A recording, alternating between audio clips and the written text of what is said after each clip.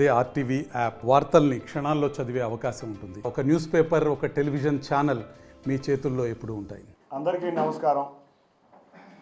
నిన్న మేమందరం కలిసి విజయవాడ తెలుగుదేశం కృష్ణా జిల్లా, ఉమ్మడి కృష్ణా జిల్లా తెలుగుదేశం నాయకత్వం కలిసి రాష్ట్ర ప్రజలు బాగుండాలని హోమం చేశాం. అది దిగ్విజయంగా జరిగింది. అంతేకాకుండా త్వరలో రాష్ట్రానికి మంచి జరగాలి, చంద్రబాబు నాయుడు గారు ముఖ్యమంత్రి అవ్వాలని కోరుకున్నాం. తప్పకుండా ఆయన అవుతారు. గత కొద్ది రోజులుగా మన స్థానిక ఎంపీ కొంచెం మతి భ్రమించి ఇష్టం వచ్చినట్టు మాట్లాడుతున్నారు. వారికి ఓటమి భయం పట్టుకుంది. ఆ ఓటమి భయంతో ఆయన ఏం మాట్లాడుతున్నాడో ఆయనకే అర్థం కావట్లేదు. కొంతమంది పిచ్చి కుక్కలని, ఊర కుక్కలని ఇట్లా ఇష్టం వచ్చినట్టు మాట్లాడుతున్నారు. నిజంగా గుర్తుంచుకోనని, కుక్కలకి విశ్వాసమైనా ఉంటుంది, నీకు ఆ మాత్రం విశ్వాసం కూడా లేదు. నిన్నింత వాడిని చేసిన చంద్రబాబు నాయుడు గారి మీద విశ్వాసం లేకుండా ఉన్నావు. వాటికి ఉన్న విశ్వాసత కూడా నీ దగ్గర లేదు. అంతేకాకుండా ఒకటే చెప్తున్నావు, నీకు మతి భ్రమించింది. పక్షులు ఒకే రకం పక్షులన్నీ ఒకే గూటికి చేరినట్టు సైకోలన్నీ ఒక సైకో పార్టీ చెంతకు చేరినాయి. కాబట్టి మీరందరూ ఏమి చేసినా రాష్ట్ర ప్రజలు వాళ్ళ చంద్రబాబు నాయుడు గారిని ముఖ్యమంత్రిని చేయాలని ఎంతో ఆతృతతో ఎదురు చూస్తున్నారు. తప్పకుండా రాష్ట్ర ప్రజలు చంద్రబాబు నాయుడు గారిని 175 నియోజకవర్గాల్లో 165 నియోజకవర్గాల్లో పైగా ఉమ్మడి తెలుగుదేశం జనసేన అభ్యర్థులు గెలవబోతున్నారు. అంతేకాకుండా ఆశ్చర్యకరమైన రీతిలో పులివెందుల్లో కూడా జగన్ ఓడిపోబోతున్నారు. మీరు గుర్తుంచుకోండి, ఇవాళ ప్రజలకే కాదు ఆ పార్టీలో ఉన్న వ్యక్తులకు కూడా అర్థమైపోయింది వైసీపీ ఓడిపోతుందని. అందుకనే ఎవరికారు వేరే దారులు ఎదుర్కొంటుంటే నీకు మతి భ్రమించి నువ్వు నీ పక్షులు నీ రకమైన పక్షులైన అందరూ ఒకే గూటికి చేరారు కాబట్టి నువ్వు ఇష్టం వచ్చినట్టు మాట్లాడుతున్నావు.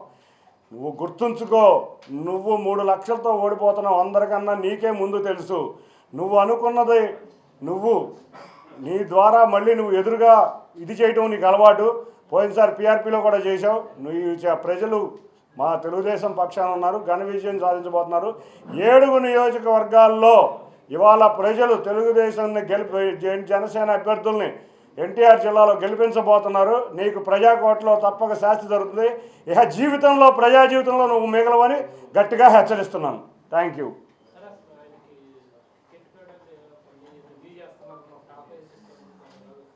ఇవాళ అతను అవినాష్ అనుచరుడు. మొన్నే చెప్పా, అతను అవినాష్ కింద అనుచరుడు.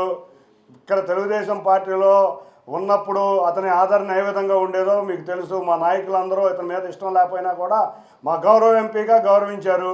అక్కడికి వెళ్ళినాక అవినాష్ వెనకమాల, లేకపోతే ఇన్ఛార్జ్ ఎవరుంటే వాళ్ళు వెనకమాల తిరగటం తప్పితే ఇతనికి అసలు ఏమీ లేదు.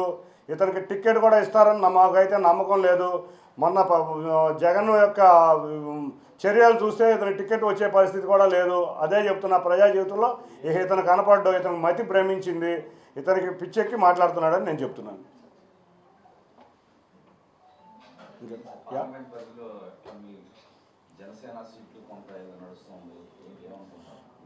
ఇప్పుడు తెలుగుదేశం జనసేన ఎవరెక్కడ నుంచోవాలనేది మా నాయకులు ఇద్దరు, పవన్ కళ్యాణ్ గారు, చంద్రబాబు నాయుడు గారు ఒక డెసిషన్కి వచ్చారు. వారు త్వరలో అనౌన్స్ చేయబోతున్నారు. అంతేకాకుండా ఉమ్మడి మేనిఫెస్టో కూడా అరేంజ్ చేయబోతున్నారు. మేమందరం ఎవరిని అనౌన్స్ చేసినా కూడా కలిసికట్టుగా ఉండే 7 అసెంబ్లీ నియోజకవర్గాల్లో అభ్యర్థిని తప్పకుండా గెలిపించుకుంటాం. మరిన్ని వీడియోస్ కోసం ఛానల్ ని సబ్స్క్రైబ్ చేయండి. లేటెస్ట్ అప్డేట్స్ కోసం వాట్సాప్ ఛానల్ ని ఫాలో చేయండి. అండ్ లింక్ డిస్క్రిప్షన్ లో ఉంది.